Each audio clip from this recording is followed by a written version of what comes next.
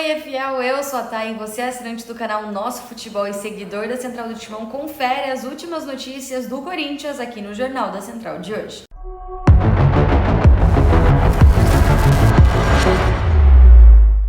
O Corinthians entra em campo nesta quarta-feira, dia 26, para um jogo decisivo na Comebol Libertadores. Depois de um empate no jogo de ida contra a Universidade Central da Venezuela, o Timão precisa vencer e garantir a sua vaga na terceira fase da competição. E além desse confronto, eu vou falar sobre os desafios da equipe no Campeonato Paulista, as novidades do futebol feminino e também a movimentação do clube no mercado da bola. Então, para você não perder nada, já fica aqui comigo. A Neoquímica Arena será o palco de um jogo que vai definir o futuro do Corinthians na Libertadores. A equipe, comandada por Ramon Dias, chega pressionado após o empate em 1-1 na Venezuela e precisa de uma atuação convincente diante da sua torcida. O jogo de ida disputado no Estádio Olímpico foi mais difícil do que o esperado. O Corinthians até saiu na frente com um gol de André Carrilho no fim do primeiro tempo, mas acabou cedendo o empate na segunda etapa. Agora, qualquer empate leva a decisão para os pênaltis. Se avançar, o Timão pode enfrentar um adversário equatoriano na terceira fase,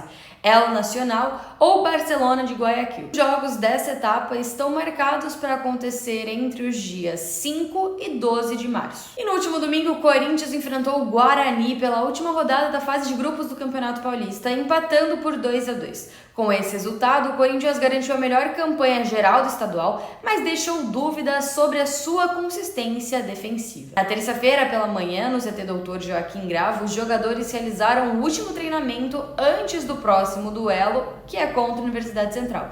O técnico Ramon Dias comandou um trabalho tático intenso e focado, principalmente em jogadas de bolas paradas, ofensivas e defensivas. Um ponto de atenção após os gols sofridos nas últimas partidas. E para essa partida, o Corinthians terá um desfalque importante. O volante Ranieri, que sofreu uma lesão muscular grau 2 no jogo de ida contra a Universidade Central. O tempo estimado de recuperação é de aproximadamente 2 meses. Com isso, a provável escalação do Corinthians para o jogo de hoje tem Hugo Souza no gol, Mateuzinho, André Ramalho, João Pedro Choque e Matheus Bidu na defesa, José Martínez, André Carrilho, Breno Bidon e Rodrigo Garro no meio de campo.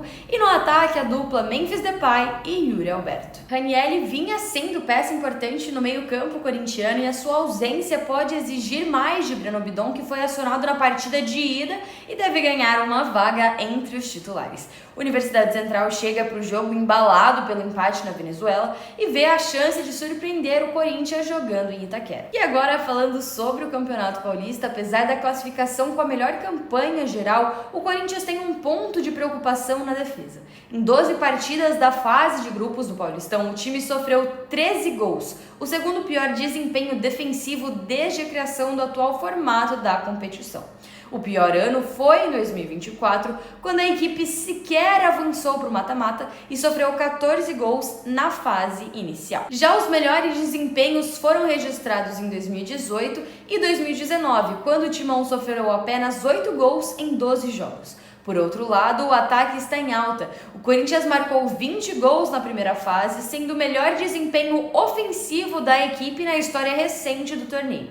Antes, os melhores números tinham sido em 2022 e 2023, com 19 gols marcados. Independente do resultado contra a Universidade Central, o Corinthians já tem mais um jogo importante no final de semana. No domingo, dia 2 de março, o Timão volta a campo pela fase das quartas de final do Campeonato Paulista, enfrentando o Mirassol na Neoquímica Arena. O time de Ramon Dias terá que lidar com o destaque físico e a pressão da torcida, que espera um desempenho convincente nas duas competições. Já no futebol feminino, as Brabas do Timão também têm desafios importantes pela frente. No dia 9 de março, o Corinthians encara o Grêmio pelas quartas de final da Supercopa Feminina. O histórico é amplamente favorável às alvinegras. Em 10 confrontos contra o time gaúcho, foram 9 vitórias e 1 empate. Além disso, o Corinthians feminino disputará em 2025 a Copa do Brasil, a Comebol Libertadores, o Campeonato Brasileiro e o Paulistão, buscando manter a sua hegemonia no futebol feminino. E falando sobre mercado da bola, o Corinthians ainda não anunciou nenhum reforço nessa temporada, mas isso pode mudar nos próximos dias.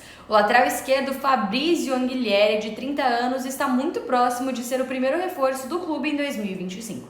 Anguilhéry estava no Getafe da Espanha e já realiza exames médicos aqui em São Paulo.